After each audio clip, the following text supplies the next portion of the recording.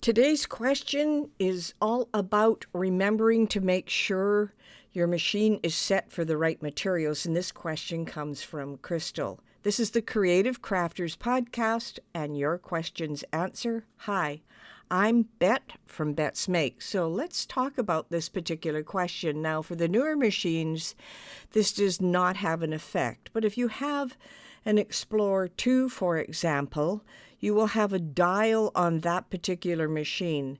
Now, in order to make sure it's set for the right materials, it's actually quite easy. All you need to do is set that dial to custom. So when you're using Cricut Design Space, it automatically comes and asks you about the material. So you don't need to worry about setting it right on the machine. And that's an important part.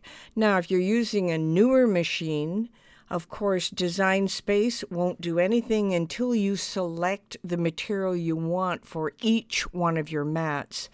Now, the reason it does it for each mat, because generally when you're cutting from mat to mat, you could be using a multiple number of materials.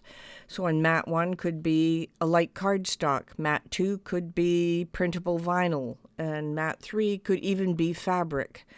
So the reason that Design Space asks you that, so you don't make that mistake. On the earlier versions, you definitely have to be aware of the fact that there is a dial for selecting the material, and making adjustments is next to impossible with it without that dial. So all you need to do is turn it to custom and then select your materials right inside Design Space to make everything easier.